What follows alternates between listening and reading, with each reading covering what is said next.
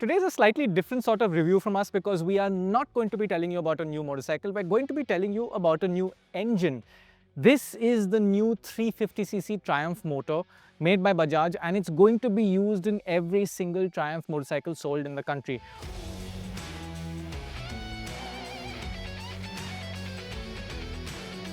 All the previous bikes with the 399cc engines will now only be sold overseas, and in India we get 350s. Why is that common news now? Because the new GST regulations make sub 350cc bikes at 18%, over 350cc bikes at 40%. That's a big punishing difference, and Bajaj is a sort of company that can make engineering decisions and changes faster than anyone else in the motorcycling world. And within 6 months, they re-engineered their existing 399, which they developed for this motorcycle, down to a 350. That's what we're here to ride. Right off the bat, let me get this fact out of the way. Nothing on the Triumph motorcycles has changed apart from the engines, and that means chassis, suspension, brakes, wheels, tires, seats, it's all the same. It's only the engine that's changed, and there's just one feature that has been removed. That is the immobilizer that comes with the higher spec versions of the Triumphs. Bajaj says that based on customer feedback, it was not needed. They removed it. Probably just a cost-saving measure, but that is the one thing that has changed features-wise. Now, let's start with this engine. So how has Bajaj changed this engine? Well, basically they've gone for a shorter stroke. The bore is the same as before, and they did that because changing the bore would require more significant changes within the engine. The head would have to change, lots of things like that.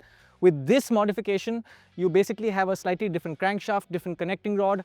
They've also gone for different cams, but the valves are the same, and it meant less work for them, to put it simply. Their target with this engine change was to keep as much of the original character as possible, and they basically targeted as small a power loss as possible. So the power drop is just about 2 to 3 horsepower. It's down to 37 horsepower. The torque drop is a little bigger. It's 5 Newton meters of torque, and on the road, well, if you didn't know, you really wouldn't be able to tell unless you were really familiar with the old 399cc engine. Luckily for us, Azaman in our team owns a Scrambler 400 with the old engine, so we had that bike with us today. We were riding it back to back, and there are noticeable differences when you do that. First, let me tell you what the sound is like. In fact, we'll put a clip in comparing his bike with this, so you get a taste of that. Okay, so here's what the bike with the new 350cc engine sounds like.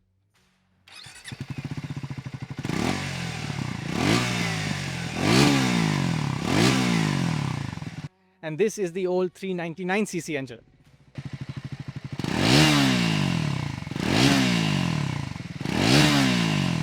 So microphones never accurately capture sound, but I can tell you that there is a difference. It's similar when you're riding, but next to each other, this is slightly more high-pitched, a little more metallic. That's a little deeper, a little more gruff. Slight differences, but very similar overall. Now that you've heard the sound, let me tell you what the differences in the engine are. I think the most valuable difference that both of us noticed is that this is a smoother engine.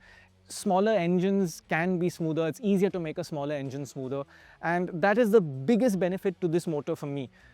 Riding in traffic, higher RPMs, lower RPMs, across the board, it is just a smoother engine than the old one. Now granted, this is a new bike. The other bike had run about 11,000 kilometers, but my memory of the Triumph 400 at launch was that it is a buzzy engine on the highway.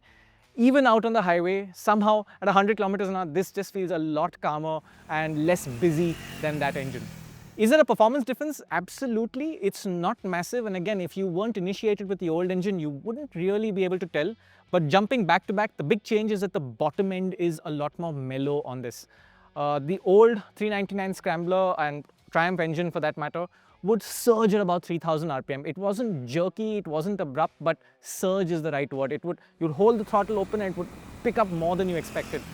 I never really liked that character, and that's why I always found myself preferring the T4. Bajaj seems to have addressed that here. It's a lot more linear, it behaves as you would expect. And for a Triumph motorcycle, I think this is a really good character to have. The power does pick up at about 6000 RPM, and the overall riding experience is very similar. You've got a similar soundtrack, the way the engine performs is similar, but these nuances of refinement, smoothness, and smoothness in the power delivery are noticeable when you ride back to back. And in my opinion, it is better here. Where will you notice the lack of power? I think in very extreme scenarios. Azaman said his bike is more fun to pop wheelies on, sure, because the stronger bottom end on that bike helps. Maybe if you're an aggressive off-road rider and you're not trying to provoke the rear end into a slide, that may be a situation. or if you're out on the highway and you really want to make a quick overtake without a downshift, on that motorcycle you might have a slight advantage, but the word is slight. It's not a big difference, and the benefits that you're getting in terms of smoothness to me seem worthwhile here.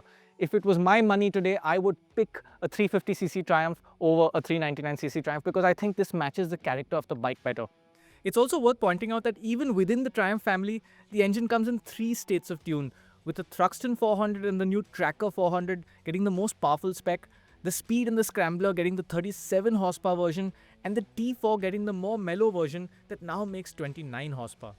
At the same time, I do have some reservations about this engine in a KTM. Now, Bajaj's plan is that the Dominar and the NS400 will become 350s like the Triumphs. KTM will be offered in a choice of 390 and 350, and I think that's a good thing because this engine does feel a little too mellow for a KTM. We will wait until we make a final call on our judgment because the KTM tune is going to be different to the Triumph tune, that's what we're told. So let's see when we ride that bike. As for the Bajaj's, they will be closer to the Triumph tune, slightly different. Again, that's what we've been told today.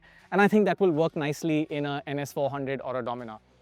Overall, I think this move may have come as a pain point to Bajaj at first, that they've got to spend so much money on re-engineering. But in the grand scheme of things, I think this is a win for them. When they originally launched the Triumphs, if they came out as 350cc bikes, Bajaj would have just been blamed for trying to copy Royal Enfield. Today, they arrive in the 350cc market without having copied Royal Enfield, but because they just had to. And they are now in a really competitive, huge 350cc market with bikes that more directly rival them on paper, and that is a win. Prices have reduced. They are not massively cheaper than before, depending on the model. We'll just put up a table for you to see.